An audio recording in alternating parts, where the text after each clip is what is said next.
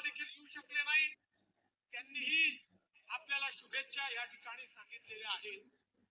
खरं म्हणजे बहिणींनो, देशाचे प्रधानमंत्री माननीय नरेंद्र मोदीजींनी विकसित भारताची संकल्पना मांडली आणि संकल्पना मांडताना मोदीजींनी सांगितलं, भारताची गरिबी दूर करायची असेल, भारताला विकासाकडे न्यायचं असेल, एक विकसित राष्ट्र जर आपल्याला तयार करायचं असेल, तर आपल्या लोकसंख्येच्या 50% हिस्सा असलेल्या महिला, या महिलांना जोपर्यंत अर्थतंत्राच्या केंद्रस्थानी तुम्ही आणत नाही, जोपर्यंत त्यांचा विकास करत नाही, जोपर्यंत त्यांना समृद्ध तुम्ही करत नाही, तोपर्यंत देशाचा विकास होऊ शकत नाही. आणि म्हणून मोदीजींनी सांगितलं, पहिल्यांदा महिला विकासाच्या योजना या ठिकाणी तयार करा. आपल्याला कल्पना आहे, स्वतः मोदीजींनी बेटी बचाओ बेटी पढाओ पासून सुरुवात केली. महिलांना जन्मापासून तर मोठं होतपर्यंत वेगवेगळ्या योजना मोदीजींनी त्या ठिकाणी दिल्या. शौचालयाची योजना असेल, गॅसची योजना असेल, घरांची योजना असेल, गरोदर असताना वेगवेगळ्या योजना असतील, अशा अनेक योजना मोदीजींनी त्या ठिकाणी दिल्या. आणि आता तर मोदीजींनी नवीन योजना आणली, लखपती दीदीची योजना. मोदीजींनी सांगितलं, माझ्या देशातल्या सगळ्या महिला या लखपती बनल्या पाहिजे. लखपती दीदीचा अर्थ काय आहे? ज्या महिला वर्षाला 1,00,000 रुपयांपेक्षा जास्त कमाई करतात, त्या लखपती दीदी आहेत. पहिल्या 1 कोटी लखपती दीदी तयार झाल्या. 1 कोटी महिलांनी प्रमाणपत्र घेतलं, दाखवून दिलं. कोणी 1,00,000 कमवत आहे, कोणी 2,00,000 कमवत आहे, कोणी 4,00,000 कमवत आहे. परवा जळगावला प्रधानमंत्री आले होते, मुख्यमंत्री आम्ही सगळे होतो. आपल्या महाराष्ट्रातल्या 11,00,000 भगिनी त्या ठिकाणी होत्या, ज्यांनी वर्ष 2 वर्षापूर्वी 3 वर्षापूर्वी ज्यांची काहीच कमाई नव्हती, आता त्या बहिणी वर्षाला 2,00,000 3,00,000, एक बहीण तर 8,00,000 आणि एक बहीण 12,00,000 रुपये कमवते आहे.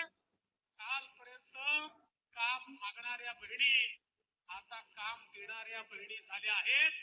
आणि मुख्यमंत्र्यांच्या नेतृत्वात आम्ही निर्णय घेतलाय, पहिल्या टप्प्यात आता 11,00,000 झाले, आता 25,00,000 लखपती दीदी करू आणि मग 1 कोटी राज्यातल्या महिलांना आम्ही लखपती दीदी करणार आहोत. हा निर्धार आम्ही या ठिकाणी घेतलेला आहे.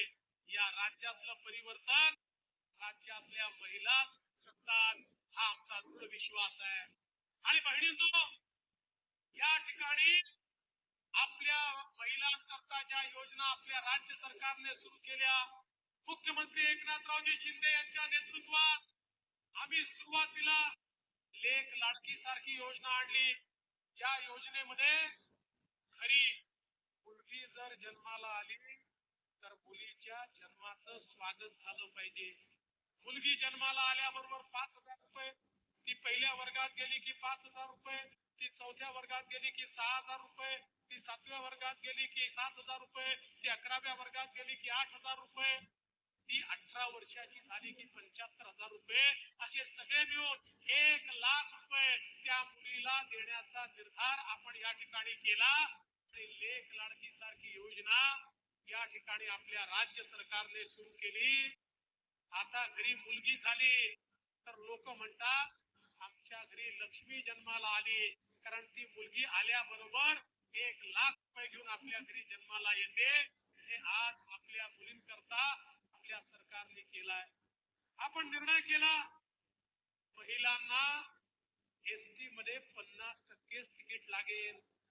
जेव्हा हा निर्णय केला ना, एसटीचे लोक मुख्यमंत्र्यांकडे माझ्याकडे आले, म्हणाले, अहो काय आमच्या एसटीचं दिवाळं काढता का?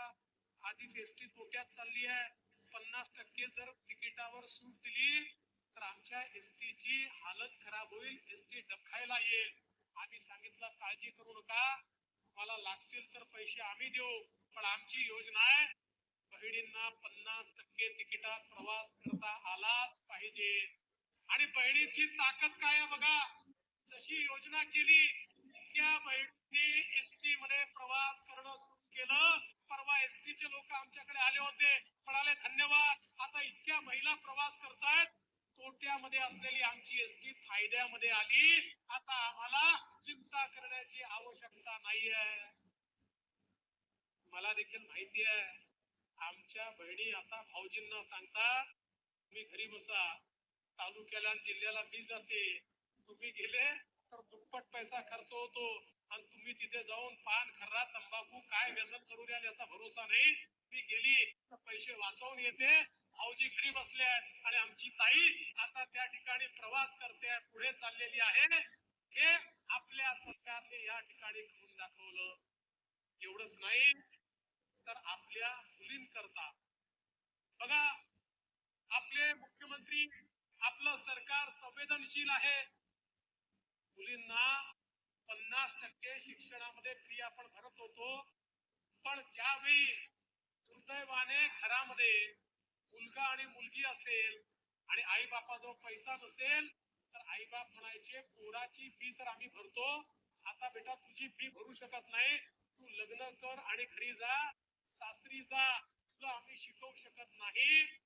आपल्या सरकारने निर्णय घेतला की आई वडिलांजवळ पैसे नसतील तर काही हरकत नाही, मायबाप सरकार सोबत आहे आणि आपल्या मुलींना 507 कोर्सेस मध्ये 100% फी माफी आपण केली.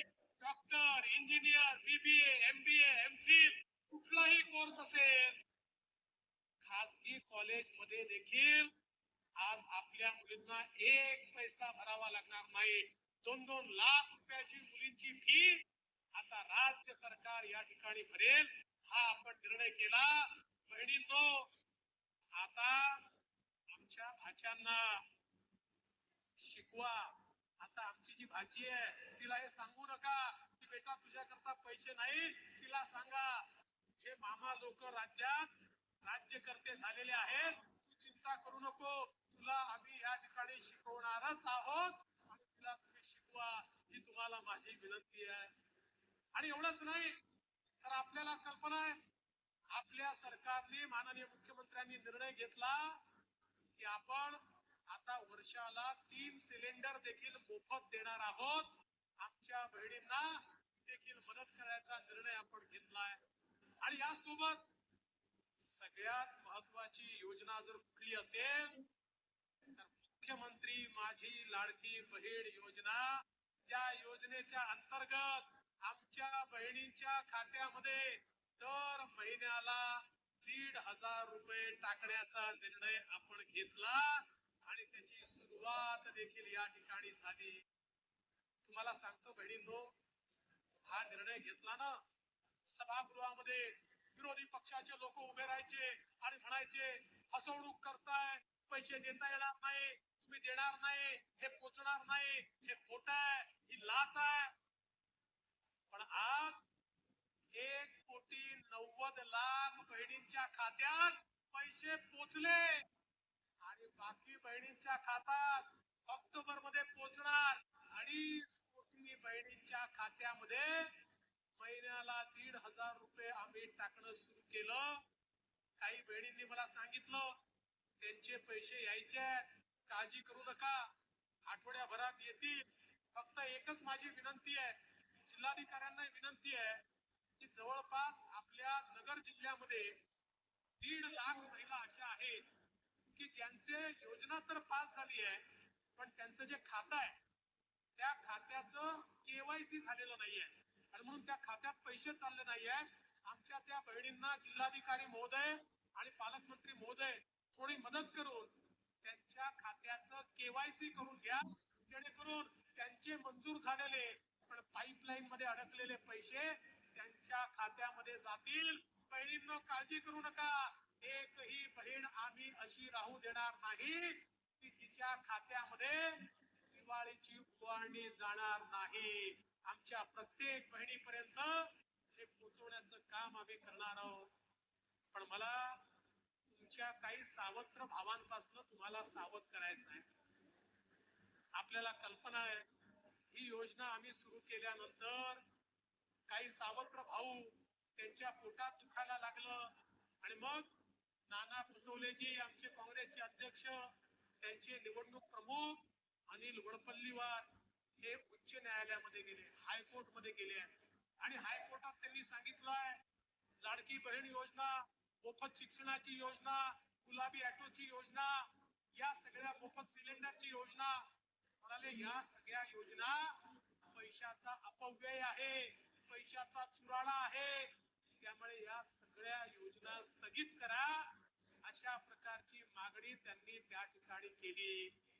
पण बहिणींनो चिंता करू नका, चे 3 भाऊ बसलेले आहेत, आम्ही उच्च न्यायालयामध्ये मोठ्यात मोठा वकील उभा केला आणि अजूनही त्याच्यावर स्थगिती येऊ दिली नाही आणि येऊ देखील देणार नाही, कारण आमच्या बहिणीच्या हक्काचे पैसे आहेत.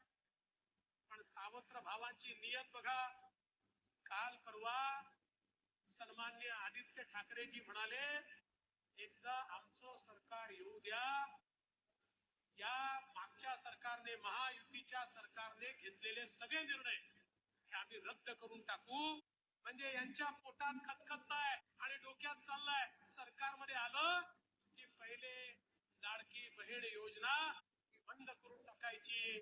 काल परवा आमच्या शिंदेताई त्या ठिकाणी म्हणाल्या, प्रणितीताई म्हणाल्या लाडकी बहीण योजना म्हणजे महिलांना दिलेली लाच आहे,